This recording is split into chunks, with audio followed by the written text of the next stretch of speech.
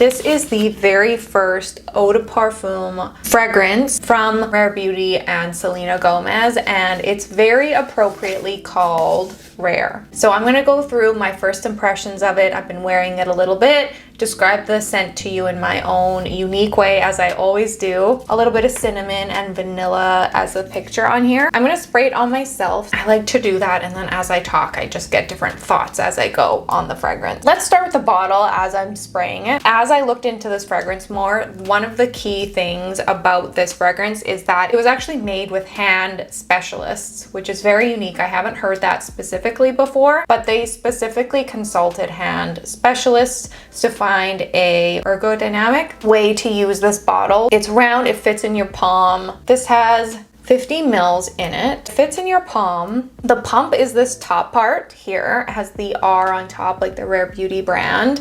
It has a little moon nook here, which I'm guessing your finger kind of slots into, and then you press down where my finger is.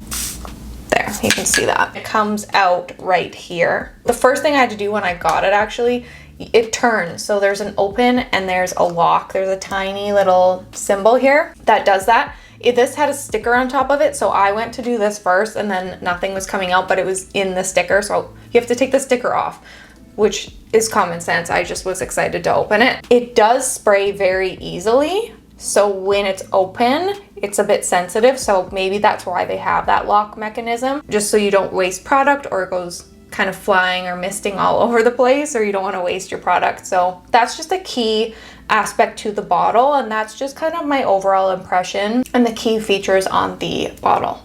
Rare Eau De Parfum, $75. It's a fragrance that's supposed to capture the essence of a perfect moment. So that's nice. I have theory on scents in general that if I'm ever doing something fun or exciting in my life, I always want to make sure I have the perfect scent for it, because I do always trace my memory back to smell. Especially for trips and vacations, I like to make sure I have a scent that I love. Warm and decadent with a touch of spice. So warm and spicy, caramel, vanilla, sandalwood. Opens with notes of creamy caramel and pistachio. So those obviously have to be the top notes. Gives away intoxicating vanilla infused with peppery ginger, and then dries down to an earthy sandalwood. Bottle thoughtfully designed with accessibility in mind. We just went over that, my thoughts on the bottle. Partnered with a team of certified hand therapists, what did I call them? Hand specialists? Same thing. That's kind of her readout on it. Oh, she has a picture here of a digital camera. That's kind of the campaign behind it, capturing kind of fun, candid moments in life. I'm really into that stuff. I love a story. I love storytelling with fashion, with beauty, fragrance, all of it. I always look up the official notes on Fragrantica, that website. Just a grouping for that you can compare all fragrances, especially if you have a certain kind you like. You can see if this new one fits into it. So I'll go through that, and then I'm gonna give my special opinion and notes at the end of the video. Vanilla, sweet, woody, powdery, musky, warm, spicy, caramel, cocoa, fresh, spicy, and soft spicy. I would say that's kind of unique compared to some fragrances I've been reviewing lately. Top notes are caramel, pink pepper, and pistachio. As the middle notes, there is vanilla, Nigerian, ginger, and cocoa, and the base is sandalwood, skin musk, and tonka bean. So honestly, that is kind of like my favorite base to have.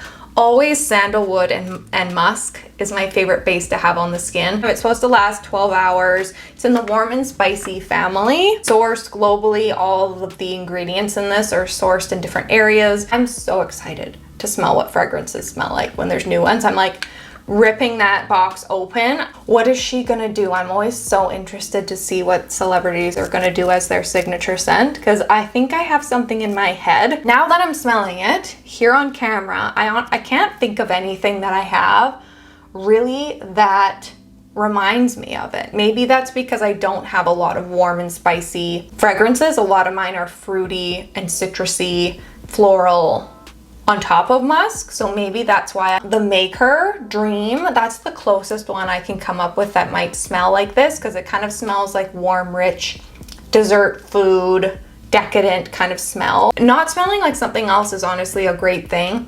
It's great to have a unique scent. There's something in it I can't place.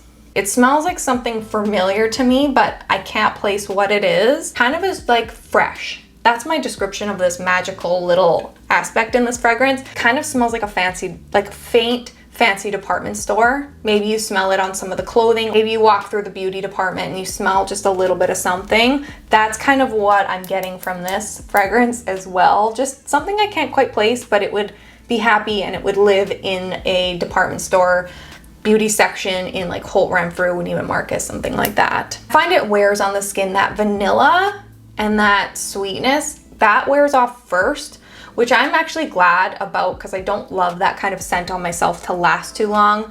I like just the soft musks to settle into my skin and to have that be my long experience of the scent, like throughout the day. Otherwise, it's like a little bit too much for me. That's what my nose prefers. So the sweet and vanilla properties on this fragrance do wear off first. So that's a good thing. And then you're kind of just left with that decadent musk. I would say it's definitely on the sweeter side of musks. And that's what stays on your skin and your clothing later in the day. So it's very desserty, like sweet and dessert-ish.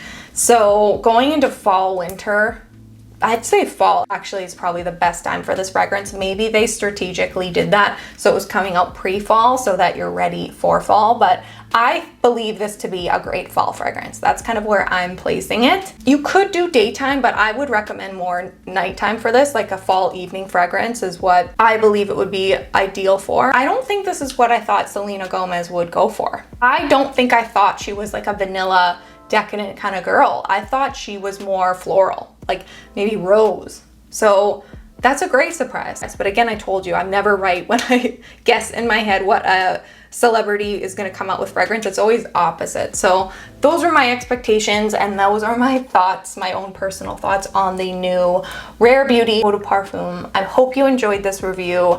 Don't forget to like it down below and follow me here at holl_ward on YouTube. I post every single week. And don't forget to head over to Instagram and follow me at the same handle over there. I would love to hear from you in the comment section below if you end up trying this fragrance. If you're a fellow fragrance lover, let me know your thoughts if you end up trying it. If you have any questions, I am more than happy to answer. I love talking and connecting with you down below. As always, I hope you have a wonderful week and I'll see you next time.